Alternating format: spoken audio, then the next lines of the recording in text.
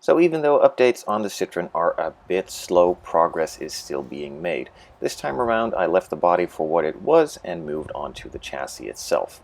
I needed to clean up a couple of parts as this was a pre-production prototype. There were a couple of rough spots around some of the edges. Most of it could simply be removed with the scrape of a knife. Other pieces needed a little bit of sandpaper for some of the rougher refinement, but all was quickly taken care of in a matter of minutes, just going over all of the parts and seams and nicely cleaning them up prior to painting.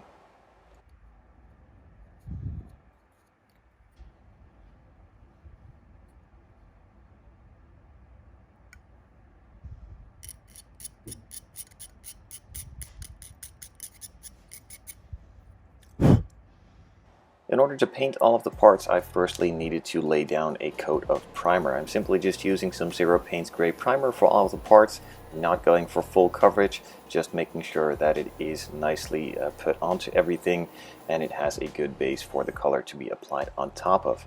For all of the flat black parts, I'm using some Tamiya lacquer paints. I really like the way these paints spray out and also the way they finish up after curing. Works really well and dries really fast too.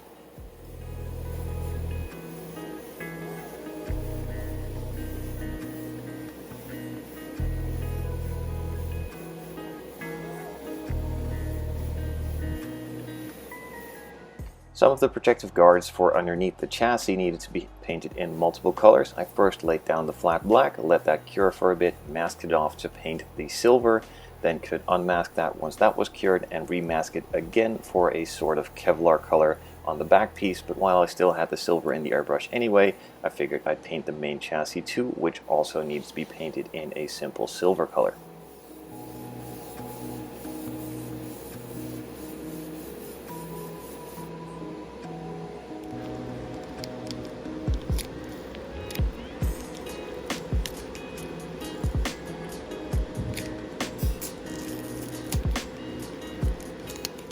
Once the silver had some time to cure, I again masked it off to paint the third color on it, and that was the Kevlar. Now I could of course add a lot of decals on this too, and then just assemble the model and leave it turned upside down and you will never see it again.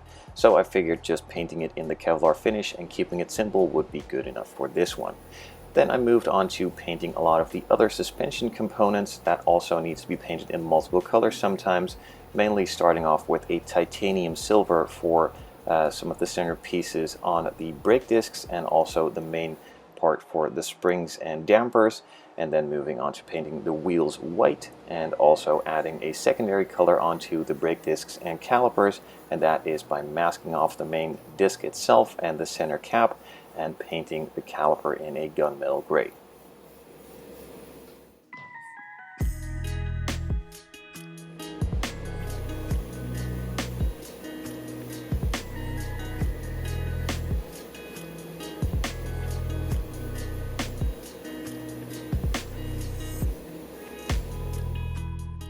Once the paint had cured enough, I could move on to applying some decals on the wheels. These will later on be clear coated in a gloss clear to protect the decals nicely and of course finish the main finish on the wheels too. But that is for a later stage when I finish the final assembly and focus on the exterior bits. For now, I'm just going to be applying the decals on here and letting those cure.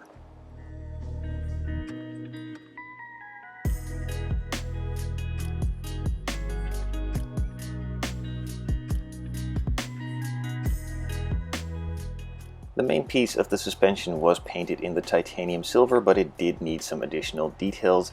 Some of the parts for the front or the rears, I don't remember which ones were which, were a separate piece, and those could simply be painted with the airbrush. In this case, for these, I needed to apply some gold with a brush to some of the extra components on there, and also paint the main springs with a permanent marker to make them nice and black, and could then move on to assembling all of them with some super glue.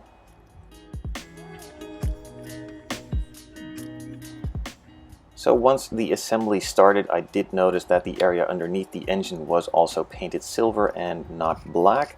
I decided not to do anything about it, as this part will pretty much entirely be covered with that engine protective cover that I painted in the 3 colors earlier, and the same goes for the rear. A lot of these components have very similar colors and mostly blend into each other, but in the end, after all of the protective covers have been added on top of it, pretty much none of it will ever be seen again. So I figured I'd just leave it, enjoy the assembly, and do with the smaller details that I did already and focus on those that will actually be visible.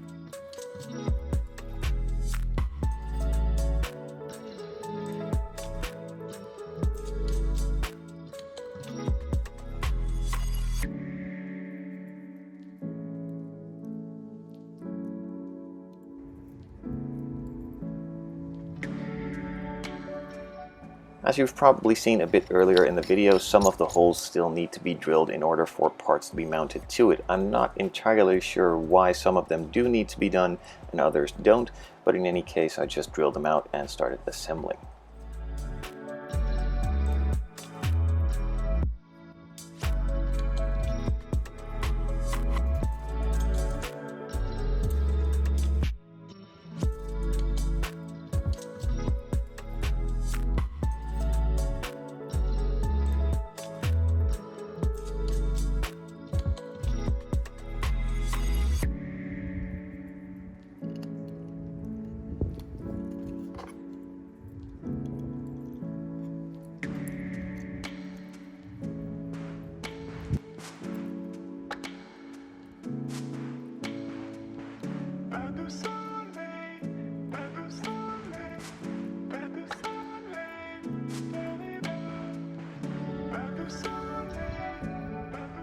So like I already said a bit ago in the video, I'm not going to detail any of these parts, as right now you can see here all of them are fully covered up and you will never be able to see any of them again, especially once the interior and all the exterior parts are on top of them. None of them will be visible. So I decided just to leave them and spent the attention to them that they needed, but not go overboard.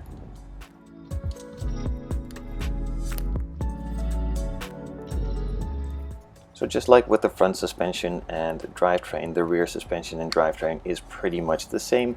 It all will again be covered up with protective covering.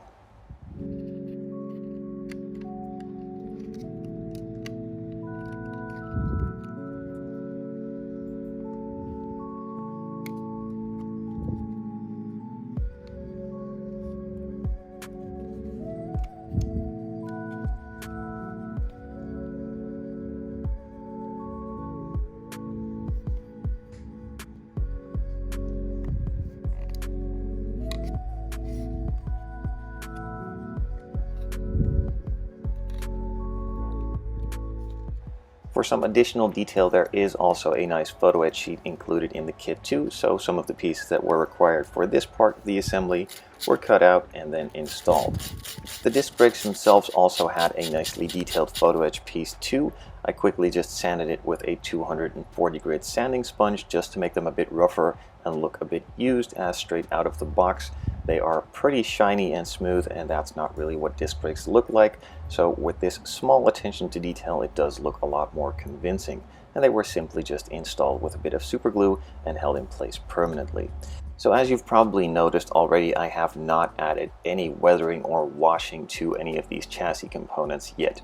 I'm still debating if I want to add a little bit. I'm probably going to do on these smaller details and the main chassis, but I'm not going to go overboard. Either I'm going to be keeping it super clean and showroom fresh, just off of the build factory, and keeping it that way, or I'm going to add a little bit just to be giving it a slightly used look. I'm not going to go overboard and not going to splatter it with mud all over it or any of the actual race or rally use weathering, just going to be keeping it clean. Now I probably know that some of you would like to see me do it fully weathered, fully dirty up, but that simply is not my style and I don't enjoy doing that, so I'm going to do it the way I want it, and that is a pretty factory fresh, little bit used look.